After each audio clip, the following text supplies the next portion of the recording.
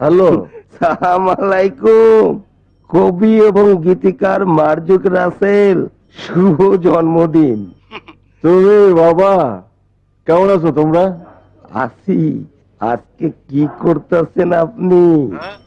এই তো কিছুই না, বাসায় আছি। শুক্রবারে আপনার কবিতাটি পড়লাম, এই শিমুলটা কে? কোথায় কি? ওটা তো একটা কবিতা।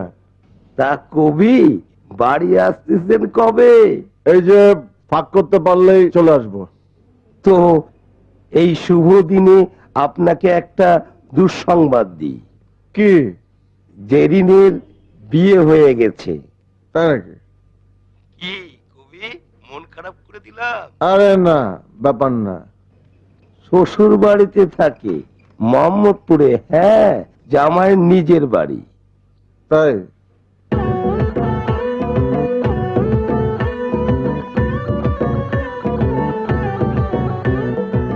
শোন, তুই এক কাম কর।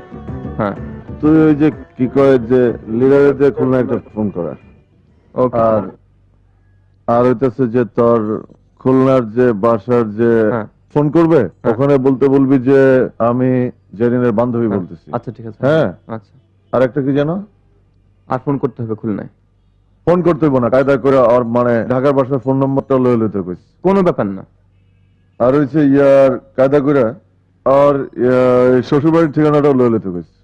আচ্ছা, ঠিক আছে, বাস আপনি কোনো চিন্তা করেন না, আমি রাতের মধ্যে আপনারা জানাইতেছি। ঠিক আছে, বাই।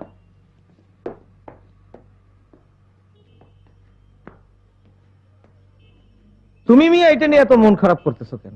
তোমারে তো এটা নিয়ে আমি এত সিরিয়াস হইতে কখনো দেখি নাই।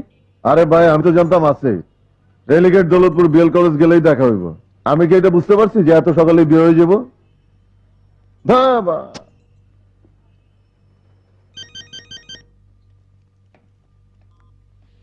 হ্যালো। রুমেলের সাথে তোমার ব্যাপারটা কি বলো তো? শোনো,